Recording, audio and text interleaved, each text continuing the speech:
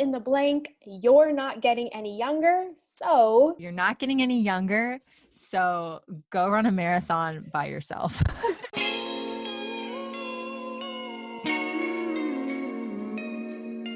Hey you! Yes, you. Welcome to the You're Not Getting Any Younger podcast, a podcast for people who want to disrupt their lives for a good reason, to make it count.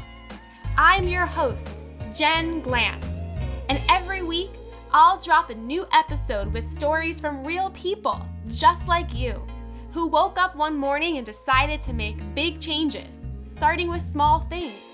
We'll cover topics like entrepreneurship, love, failure, and self-care. Hey, you're not getting any younger, so let's make this an adventure. Ready? And the other day, because we don't have much going on, my fiance Adam, he was home and he's like, I'm just going to Twitter search McCarran Park, like see what's up.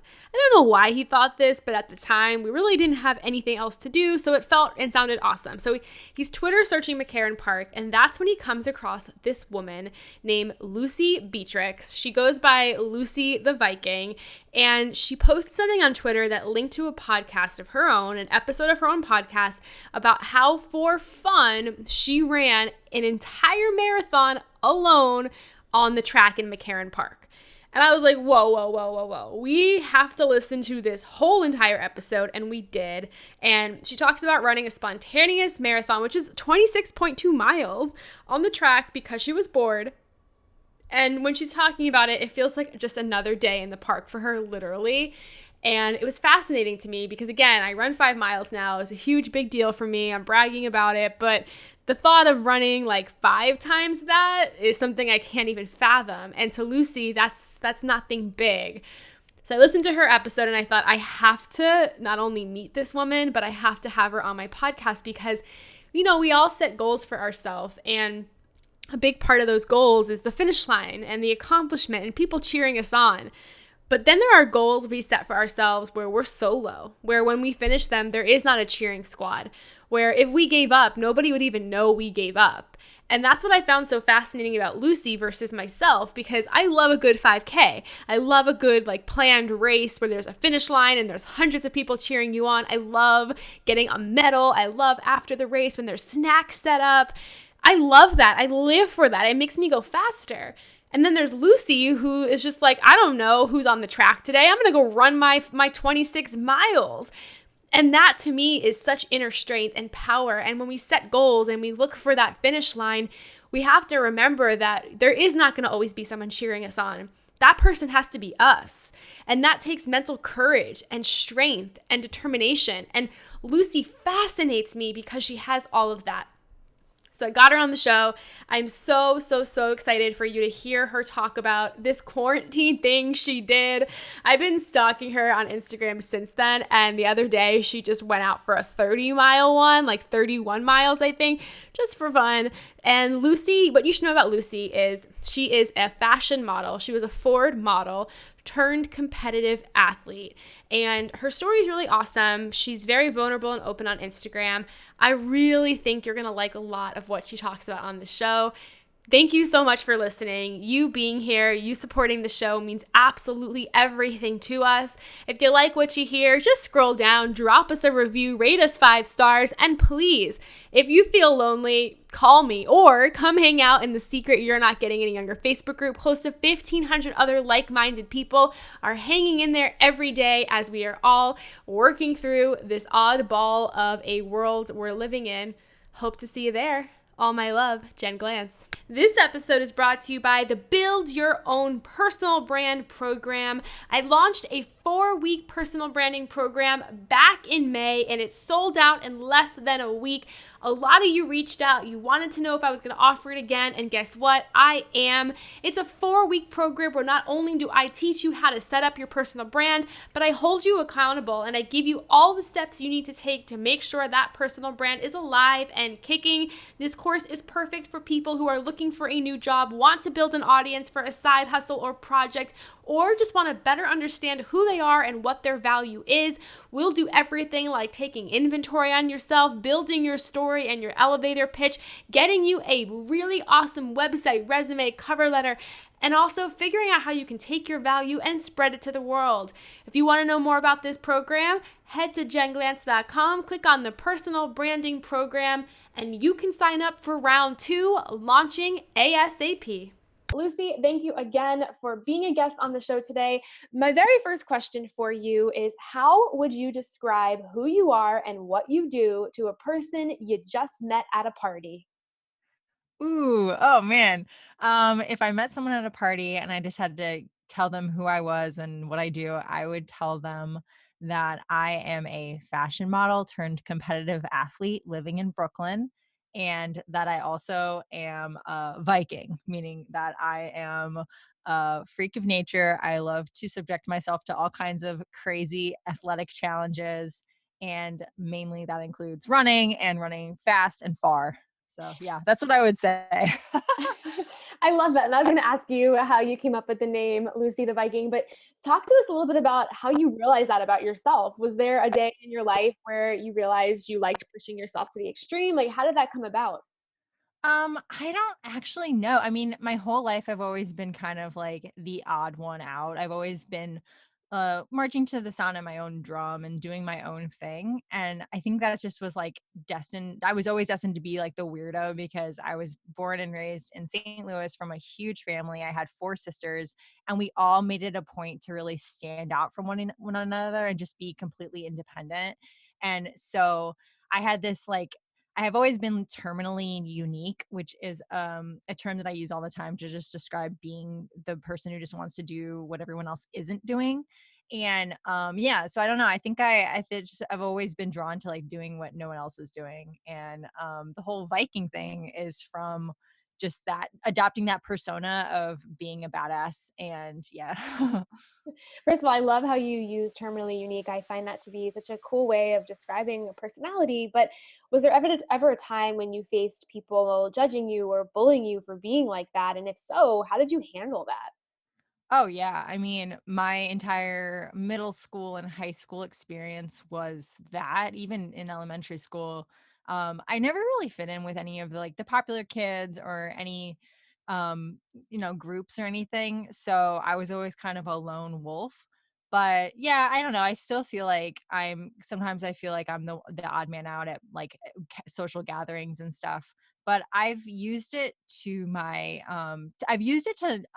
bond with other people who are similar. So like I've always gone with this term of like embracing weird. So if somebody is like a little bit different, I always want to become their friends, and I feel like that's made my friend group here in New York City extremely interesting. So yeah, I've used it to kind of seek out the people who are similar as me, and then become friends with them. I'm sitting here smiling because I really hope that we run into each other, because I am also that person who feels like I have trouble connecting with people because I'm a little bit unique and weird too. And, at parties and things like that, I always feel a little bit distant. And I don't know, Yeah. I get you completely. And my hope is that we make eye contact at a party and we just hang out in the corner, because I feel like I can relate to a lot of what you're saying. And, people are sometimes afraid of weird. They're questioning people who are different or who live their life in a bit of a different way. So, even your career and all of that, what kind of things have you established internally to allow yourself to keep finding the courage to be different and pursue passions and even push yourself to the extreme? How do you keep yourself going when maybe the world or certain people try to pull you back? It's weird. I think about like it's funny how you brought up my career with that stuff because it really did take a lot of guts to keep going with modeling. I was a fashion model for over a decade, and you walk into a room and you see a bunch of girls who look just like you, tall, blonde, blue eyed, and we're all at the same casting, going for the same job. And I always thought, well, I'm not really as good as these girls. There's no way I'm gonna be the one to get the job, but maybe I can say something at the casting that the casting director has not heard from anyone else today and make them laugh or stand out in some way so that they'll remember me. And in a weird way, that actually worked to my advantage. And I would get jobs just from being somebody that said something strange that they remembered. Like I was at a casting, I think it was less than a year ago. And I didn't think I was going to get this job, but it was something that I really wanted. It was working for this German designer. And they said, wow, you're really tan. Like you definitely like have a tan. And I guess it was like earlier in the season for girls to look like they'd been out at the beach or something. And I was like, yeah, I got a little bit burned last weekend because won this half marathon. I went and ran a half marathon and I won it. And she was like, no way, you won a half marathon? Like, and then I got the job because I think they wanted to talk to me more about the actual shoot the next day. So it was kind of cool how like that one thing stood out.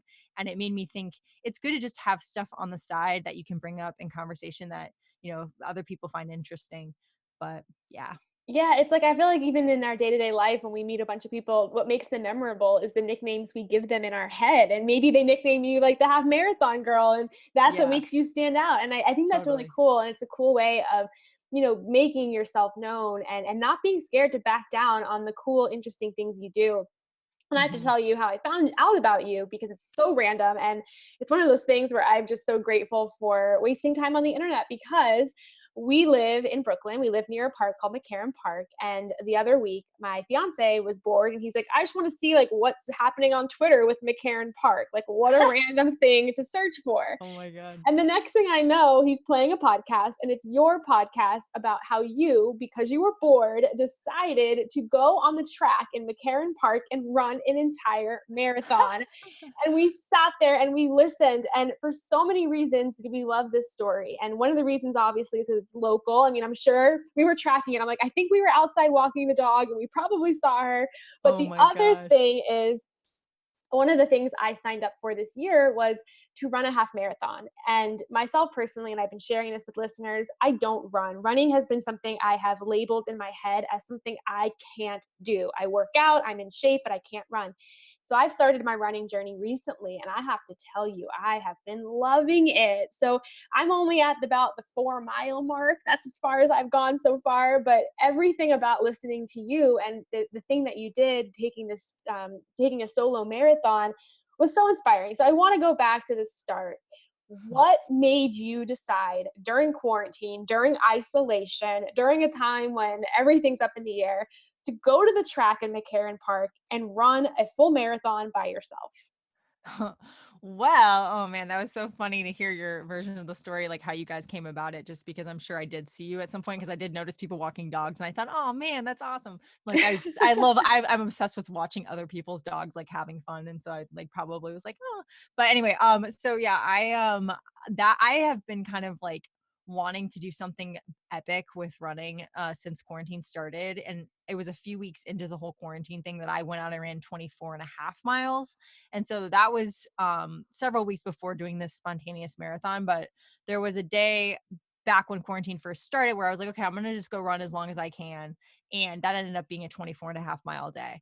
And it was pretty slow and steady. And it was just all around like the, random places that there weren't very many people out on the streets or anything to like, stay in accordance with social distancing.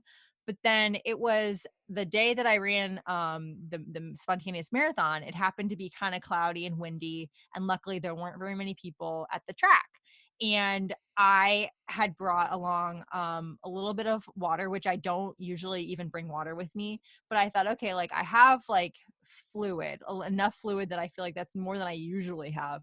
And today I like looked around and kind of just had this whim of like, I think I can just go forever. And so it was during the first few steps of the first mile when I was running that I thought, yeah, this can be a marathon day because I don't have anything going on. And I think in a weird way, all of the way the world is in shambles right now and how I'm not currently working right now. My job's on hold because of the quarantine. Everything's at a standstill. I don't have any races coming up. The Brooklyn half that I was training for got canceled. I just had nothing else to do. And so I thought like there's no better thing than to just run. And as long as my legs would let me go, I went. And that happened to end up being a full marathon's worth. So yeah, I don't know. It was kind of like just on a whim decision, and the stars aligned where it wasn't too crowded, because that was something I was kind of worried about, was having to dodge around people and stuff. And yeah, so it was like the perfect day for that. But I also love like that I have like my different paces that like symbolize different things. And the pace that I ran it at was my recovery pace from when I was training for a marathon last fall, like like an actual like sanctioned fast marathon. But so in my head, looking down at my watch saying, okay, this was my recovery pace when I was actually training for something hard, that I can do this for 26.2 miles. But yeah. I love it because, you know, as someone like myself, I went from running a mile and wanting to pass out and die to running 4 and now feeling like I can keep pushing it. But I loved in your blog, you wrote, the isolation isn't always ideal, even for a loner like me. It's been strange having no real focal point in my life day to day, but running has been the constant I turn to when there is nothing else to do. What is it, Mhm. Lucie, about running that you love so much? I don't know. It gives me a sense of accomplishment every day where if I have nothing else to like check off my list, I can at least say, okay, I got 8 miles in, or okay, I got 10 miles in, or okay, hey, I ran a marathon, you know, and that lasted me for a week of feeling like a sense of accomplishment of like, I don't really have to feel like I'm not doing enough. So yeah, it gives me this feeling of that I've actually put myself through something that's uncomfortable and makes me feel like I'm not just wasting away. How do you keep pushing your body when things are happening and you're almost thinking, should I stop? You know, do you ever have moments where you're like, I'm in pain, I'm not comfortable? And I'm sure you have many of these moments. So how do Yeah. you keep pushing yourself? Like, how do you not stop putting one foot in front of the other?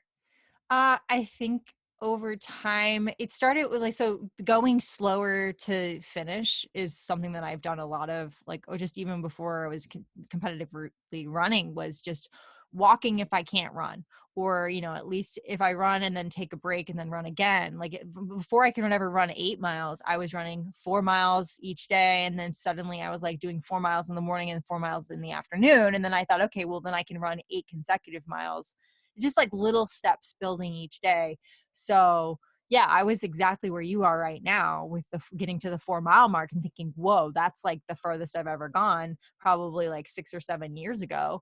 And so just to think like, if you just keep building a little bit each day, you can go a lot farther.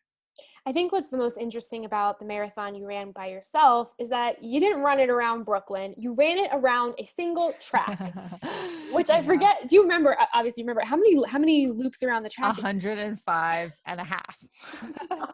Look, I run that same track and I'm like, I just need to get eight laps around today. So that's Yeah. a lot. But my big question is, how do you find motivation when no one's watching you? And I know that that's weird, but I think the thing that I loved the most about your story was that it was entirely self motivation. There was no medal. There was no like, you know, you even mentioned this. There was no one cheering you on. There was no finish Right. line. So how do you find that motivation when nobody is watching you? It's weird. I almost feel like that's easier for me, having nobody watch and doing something big, than having people watch, because there's pressure with people watching. Like when there's no one there, I don't feel the same pressure and I feel like I can do better.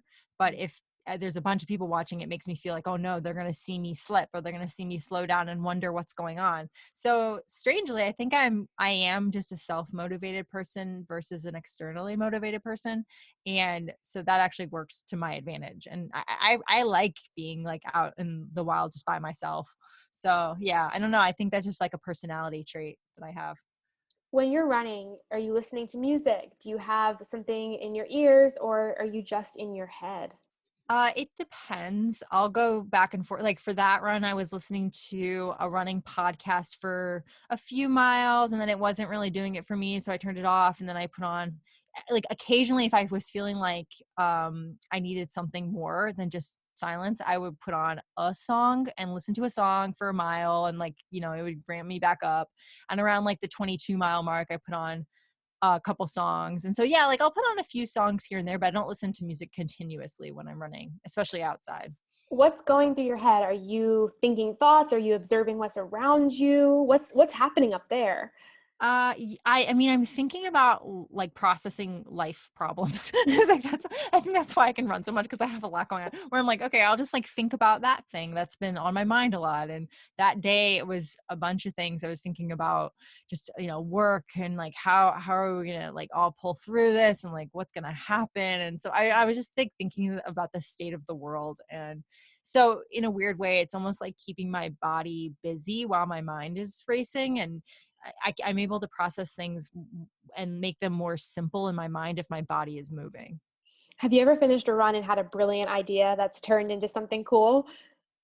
Yeah, I mean, I think pretty much anything I've done has come from is usually just like the byproduct of I had a really great run and came up with some idea, like my podcast or blogs I've written, or I mean anything. I think it's always like because I got that run in that helped me make the next steps. But yeah.